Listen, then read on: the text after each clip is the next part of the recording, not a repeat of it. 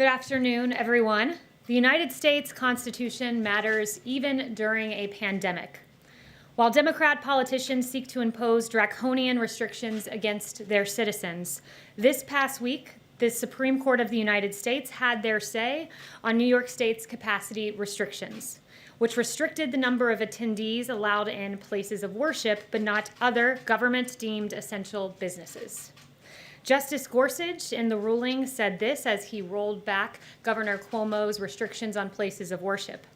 He said, quote, "It is time, past time, to make plain that while the pandemic poses many grave challenges, there is no world in which the Constitution tolerates color-coded executive edicts that reopen liquor stores and bike shops, but shutter churches, synagogues, and mosques." Behind me, you will see displayed images of Democrat hypocrisy playing on loop.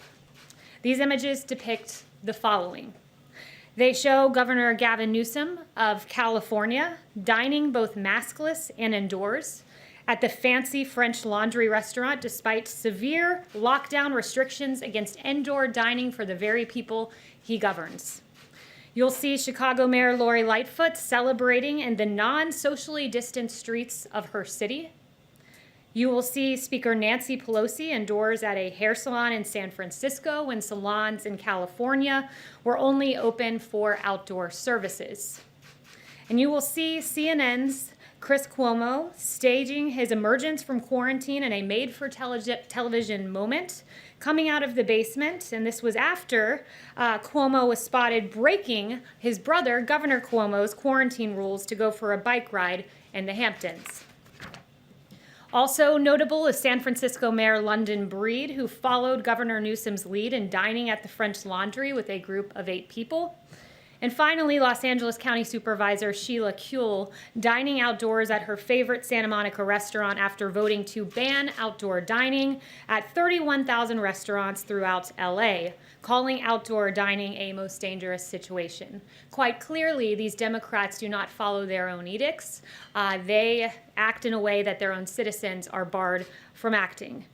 Governor Cuomo's decision to impose restrictions on the size of religious gatherings was rebuked by the highest court in the land. But what was Cuomo's response? Instead of showing deference to the Constitution, he attacked the legitimacy of the court. Governor Cuomo said this, "You have a different court, and I think that was the statement that the court was making. We know who he appointed to the court. We know their ideology." Well, in fact, the ideology of those on the Supreme Court who made the decision to support the First Amendment are in favor of freedom, the Constitution that survives even during a pandemic.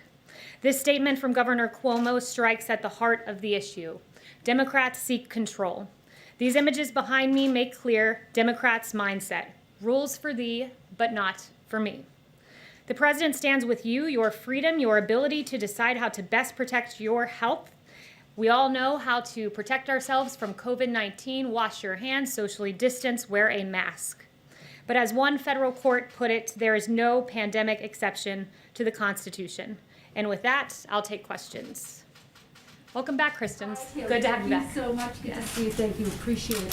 I want to ask you about comments that the Attorney General made to the Associated Press. He said, quote, "To date, we have not seen fraud on a scale that could have affected a different outcome in the election." Given that, why hasn't President Trump conceded? So first, he went on to say this. It was in an AP interview where he made that initial comment. But in that same AP interview, he went on to say that he thinks a lot of people are confusing the use of the federal criminal justice system with allegations that should be made in civil lawsuits. And he discerned the fact that, he said, quote, "There's a growing tendency to use the criminal justice system as sort of a default fix-all. And the campaigns litigation is all civil litigation, which is apart from something that the DOJ would be involved in." Follow up with you on that of more than 40 cases that have been brought by the president's legal team. The majority have been denied or dismissed. The election results have been certified in all of the battleground states. Does the president still think he has a path to win? The president has said that he believes all legal votes should be counted and all illegal votes should not be counted. And in fact, the campaign is pursuing that litigation. I can't get into the details of that litigation here, but they still do have active cases in Nevada and Wisconsin. But how does he overturn the results when they've already been certified in these battleground states, Kayleigh? Again, the president is just looking for every legal vote to be counted, and I will leave it to the campaign to pursue their end. And one more, does he have faith in Attorney General Bill Barr? Does he still have confidence in Bill Barr? The president, if he has any personnel announcements, will be the first to know it. Yeah. We'll go for Janet. Thank you. Two questions. Has the president then spoken to Attorney General Bill Barr since these comments came out yesterday? I'm not aware if they've spoken. I know the Attorney General was here yesterday for a pre-planned meeting with the Chief of Staff, and they discussed an array of issues, but I'm not aware if the President has spoken to him directly. Has the president considered any preemptive pardons to any of his kids? Has he talking to Attorney Giuliani about this? I've heard no mention of any pardons in any conversations I've had in the White House other than the pardon of Lieutenant General Michael Flynn, a 3-star general who I've discussed from this podium before, who had his life ruined. He was a valiant hero who served his country both on the battlefield and then came to work in government. And what happened to him was there was an FBI note that said they wanted to get Lieutenant General Michael Flynn to lie. There then was a criminal leak of his identity in a phone call he had. He was told no lawyers were needed in the discussion the FBI was having with him. FBI investigators then after said they did not think that Lieutenant General Michael Flynn was lying, but yet he was still pursued in an unjust manner, and the government failed to provide the original FBI 302s from that interview. It was an egregious miscarriage of justice, and we're finally glad that justice was served for a war hero, Lieutenant General Michael Flynn. David. Is the president planning to announce his 2024 candidacy in a formal event here at the White House before January 20th or even on January 20th? I've not heard any discussions of that. I'm aware of the reporting, but the president's campaign is currently pursuing active litigation, and that is the focus, at least at the moment. You heard his comments last night. It sounds like he's planning to run again. Do you know if that's a fact? I haven't spoken to him about that again. His campaign is pursuing litigation. I would redirect you to the campaign. Yeah. Yes. Mark Meadows has been meeting with Commissioner Hahn. What is being discussed? And also, did the White House get a heads up that the UK was going to be approving the Pfizer vaccine? I'm not aware of any heads up that we were given, but what I will say about Dr. Hahn is it is par for the course for the Chief of Staff to meet with him as we're trying to save American lives with a vaccine in record time. In fact, 2 vaccines, not only a vaccine in record time. You heard Monsef Salawi say a vaccine normally takes anywhere from 4 years to 25 years. He said that in an interview last week, and this was in 10 months. It's remarkable progress, but we still want to make sure that it comes as fast, as expeditiously, but as safely as possible, because we know by that each day that passes, there are more American lives at stake. So we want to make sure it comes out as quickly as the data allows it to, and we will have 40 million doses by the end of the year, which is a tremendous achievement, not just to have gotten a vaccine in this time, but to have produced 40 million in advance. It's having a businessman as president. It's the Trump vaccine. Yes, Justin. Thanks. I had a couple policy things, but first I just wanted to go back to what you said about personnel. Right before the election in a rally, the president suggested that he might fire Dr. Fauci after the vote had happened. And so I was wondering if you could comment on what Dr. Fauci's status is and if you have any. Yeah, I've heard no discussions of that. Dr. Fauci's still hard at work on the task force. And then there were 2 things that the president mentioned as policy goals that would happen before the election that we haven't seen any sort of obvious progress on, so I wanted to check in on those. The first is the $200 Medicare prescription drug card that was supposed to happen before the election. It seems to have sort of vanished, so I was wondering if you could give an update on that. Let me follow up with the Chief of Staff on that. I haven't heard any current discussions about it, but I will follow up with you. He had also promised an immigration order, an executive order on immigration that would protect Dreamers. Again, he promised that before the election. Do you have any He put forth many different immigration packages on HB1 visas and others to protect American workers. I'll circle back, but there were many iterations of immigration EOs prior to the election. Is that work progressing at this point, or have you sort of thrown in the towel? I think right now the focus is making sure that there is stimulus relief for Americans who are hurting right now. So that is the current active policy priority that we are working on moment by moment, along with COVID. Yes. Yes. Kayleigh, as demonstrated by the large red ribbon out around the White House, yesterday was World AIDS Day.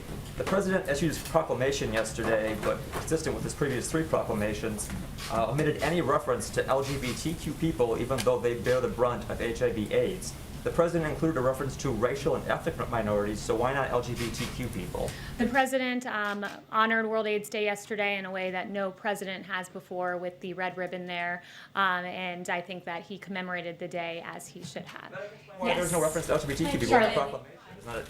Charlotte, go ahead. Thanks, Kayleigh. I wanted to ask about Section 230. Is President Trump willing to allow a government shutdown over that in the National Defense Bill?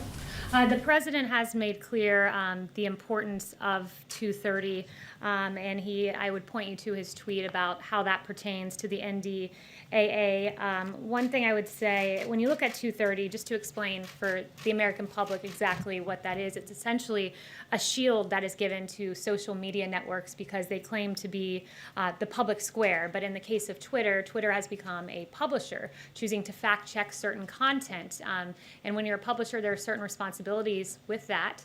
You should not be immune from liability. And when you look at what Twitter has done on the Ayatollah Khomeini, we were just looking at his Twitter account before coming out here, and just a few weeks ago, the Ayatollah Khomeini of Iran tweeted, quote, "Why is it a crime to raise doubts about the Holocaust?" Something not worthy of a flag by Twitter, which is despicable when you think about it. Also, the Ayatollah has tweeted that Israel is a deadly cancerous growth that should be uprooted and destroyed, something that Twitter did not deem worthy of flagging or blocking in its entirety. And in fact, Twitter executives defended that move in front of the Knesset. This is a very important issue, one that there's even bipartisan agreement that something needs to be done. So the president will be unashamed in fighting against that kind of vitriol that we see and very hateful language that Twitter is publishing. Kristen. Thank you, Kayleigh. Just one more question about Section 230. The Democratic chairman of the House Armed Services Committee, he put out a statement essentially saying that these two things are not related, Section 230 and something as big and important for our national security as the NDAA. So I just want to be clear here, is President Trump seriously considering and talking about vetoing the NDAA over Section 230? Yes, the president is serious about it, and I noted, when you have other world leaders that are making calls for genocide and Twitter not finding that worthy of flagging or blocking. Beyond that, you look at China, who's putting out disinformation. China tweeted out, I believe it was 6 days ago, I think it was November 25th, that COVID-19 did not originate in Wuhan, something that was not deemed worthy of flagging by Twitter. There are real grave concerns here, and the president stands by that. And it also is worth noting that the president will always defend our military, ensure that we get adequate defense funding, as he's gotten $2.9 trillion so far. But he is going to put the pressure on Congress to step up on this. And one more question about Attorney General Bill Barr's comments. I believe you said that you're not sure if President Trump and the Attorney General have spoken since he made those comments. Was that right? Yes, I'm not sure if they've spoken. But can you at least tell me, was President Trump upset when he heard the Attorney General say that he has not seen or the DOJ has not uncovered evidence of widespread voter fraud enough to overturn the outcome of the election? I haven't spoken with the president specifically about AG Barr or that comment. And I would also just point everyone to the revised, or the supplemental, I should say, not revised, comment that was put out by AG Barr in the wake of media reporting that seemed to misconstrue his statement. He said that some media outlets have, not he, I should say, the DOJ spokesperson, some media outlets have incorrectly reported that the department has concluded its investigation of election fraud and announced an affirmative finding of no fraud, and that is not what the AP reported nor what the AG stated. I think a lot of the media didn't read beyond that one comment to the civil part versus the criminal part. Well, I think maybe the discrepancy is, you have members of the Trump campaign coming forward and saying that there is hard evidence of widespread voter fraud enough to overturn the outcome of the election, and then you have the nation's top law enforcement officer, the Attorney General, saying if there is, he hasn't seen it.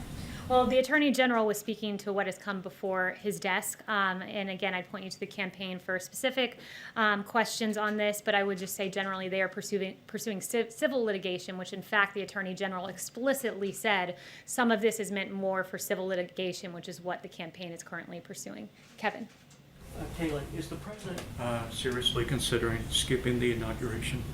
I'll leave that to the president to make his announcement. He tweeted something to the effect of he knows what his decision is and he'll make his decision at the right time. Rationale could he possibly have for skipping? I'm not going to speculate on the president's decision. I'll leave that to him to announce it. Just Yeah. one follow-up. There was a report yesterday on federal officials investigating a potential bribe for pardon scheme. Has anybody at the White House been questioned by federal law enforcement officials regarding potential bribes for a pardon? No, and in fact, a DOJ official said yesterday that no government official was or is currently a subject or target of the investigation disclosed in this filing. Yeah. Andrea? So thanks for taking my question. I wanted to ask about FBI Director Wray. Though it looks like President-elect Biden wants to keep him in the job, does that change the president's perspective on FBI Director Wray, and does he retain full confidence in him? No, I have just a quick follow-up. Yeah, he's made no assessments, and at least in my presence, about that. And if we have any personnel announcements, we'll let you know.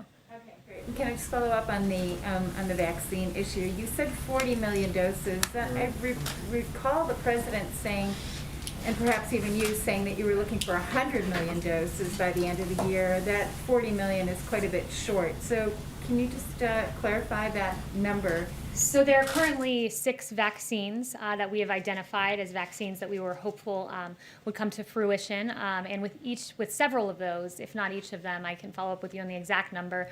We have manufacturing contracts. So we have manufactured doses with several of these, but they have to come to completion. So with each new vaccine that comes, along with that will come millions and millions of doses that have already been manufactured in time. But currently, of the 4 vaccines in phase 3 clinical trial, Moderna, Pfizer, AstraZeneca, and Janssen, 2 of those have gotten to the point of applying for an EUA. So really, it's incumbent on the manufacturer and those going through the phase 3 clinical trial to get that data to us, and then it's manufactured and ready to go. So the moment someone else gets to a 94% effectiveness rate or whatever the barometer is, we will have those doses. Yes. Yes. Thanks, Kayleigh. I have just 2 quick questions, if I could. Georgia officials have said election workers there are facing threats because of the president's false claims about winning the state and his rhetoric about the election. Does the president condemn threats against election workers, or does he take any responsibility for those threats? We condemn any threats against anyone. There's no place for violence. What I will say, though, too, is that the president's lawyers, they were doxxed by a left organization. Their private information put out, so we're seeing that happen to people on both sides of the argument, and there's no place for that ever anywhere. And then just real quick, the CDC director today said that the next few months could be among the worst public health months in American history. I wondered, does the White House, is it setting a good example for the public for the White House to be holding in-person holiday parties at a time when the CDC and other organizations are asking Americans to forego those kinds of celebrations for their own safety? Yeah, so, if you can loot businesses, burn down buildings, engage in protest, you can also go to a Christmas party. You can celebrate the holiday of Christmas, and you can do it responsibly, which is why the East Wing has noted that they'll have smaller guest lists, masks are going to be available, social distancing is going to be encouraged, hand sanitizing stations, among other measures. But we will engage in the celebration of Christmas, and there will be a Hanukkah celebration as well. Yes. Yes, Meredith.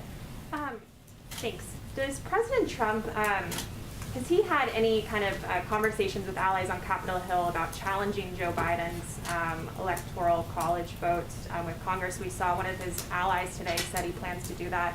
Is that a conversation that the president's had at all? Not that I'm aware of. Inez. Oh, yes. The White House Coronavirus Task Force is privately telling governors that Americans under the age of 40 who gathered with people outside their households at Thanksgiving are dangerous to others and should isolate immediately. Why is the White House not publicly sharing that same information with Americans? You said that was in a, what document was that? The White House Coronavirus Task Force is privately telling governors. That those at Thanksgiving celebrations there's CDC guidance out there as to when you should and should not isolate, so I would point you to that. That's all been publicly available since the beginning of all of this.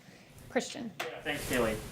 So if some version of the defense authorization makes it to the president's desk with language that terminates Section 230, would he sign it into law, even if there's language in there that renames bases bearing Confederate, names or named after Confederate officials? Yeah, he's said before he's very much against the Warren Amendment, and public polling is with him on that.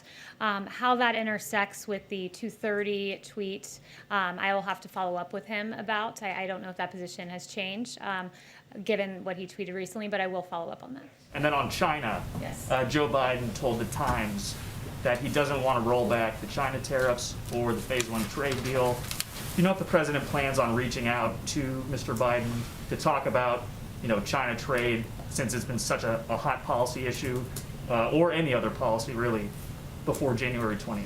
I'm not aware of any plans of that at the moment, but if I do, I'll let you know. Yeah. Meredith.